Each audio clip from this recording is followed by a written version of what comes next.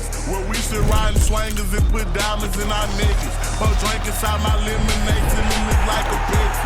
See, I come from the D where we got checks and we be flexing. If you ain't from my state, then you should know don't mess with Texas. Hey, we always say we keep our wedges. My mama from the A, she slowed it down for me at 7. Used to think Pepsi was a god before he went to heaven. I knew what Pusha P was before Gunna even said it. Hey, C0 taught me keep my weapon and never trust them to throw up because it's expected. No killers from the country, they ride horses and throw sevens. Got me. I think he first showed interest when he was probably 2 or 3 years old because he has an older brother who plays. And so he was always being rough with him and tackling him and everything in the house. So I think that probably about 2 or 3 years old. He's always wanted to be better than his brother. For his brother, things have just come so easy because he's like just super athletic. And Paxton's always really had to work at it. So his brother currently plays college football, and so that's his goal. And so when he does something, his brother does it, he's gonna do it too. I'm Paxton Williams, class of 2027. I play DB. I mean, he talk about cat quickness. Look at this, going back against the grain. Oh, great defensive play there. Through my experiences, I've grown as a person by like my mentality, the way I hold myself, and how I have to hold my last name.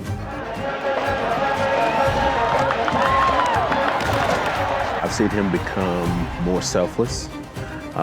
He's willing to help someone who doesn't quite understand, help someone else be better at the position than himself. So I really like that part, and I think that's been one of the most phenomenal things for me. But as he's grown as in playing sports, and not just football, but also in every other sport he's played, the leader, a natural-born leader, and everybody's biggest cheerleader. He sees something, you know, so he tries to help them out, even though he might not even be playing. So it's somebody that is playing already, and he just is a leader in that sense. Each morning that I wake up, you know, I'm really proud of him, you know, every time I see him, because I bring him to school every day, you know, and just the little things. Dad, can we stop and pick such and such up? They need a ride. So the person that he's growing into, you know, not only sports, but just even outside of sports, he's really growing into a great young man. For me, I think it's him showing up every day,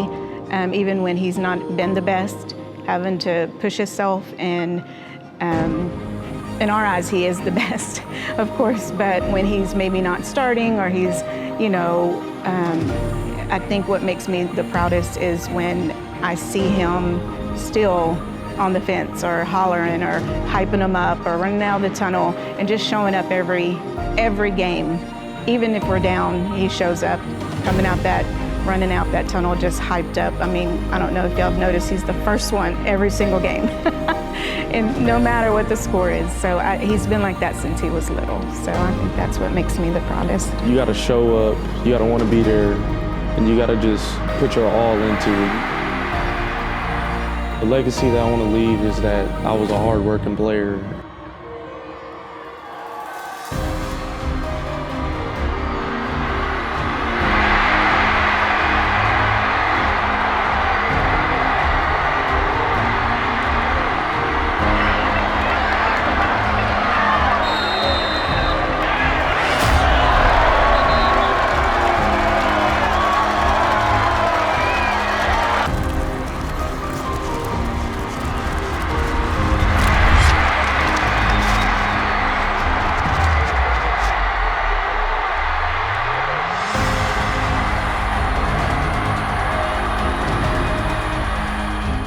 And I was always full throttle.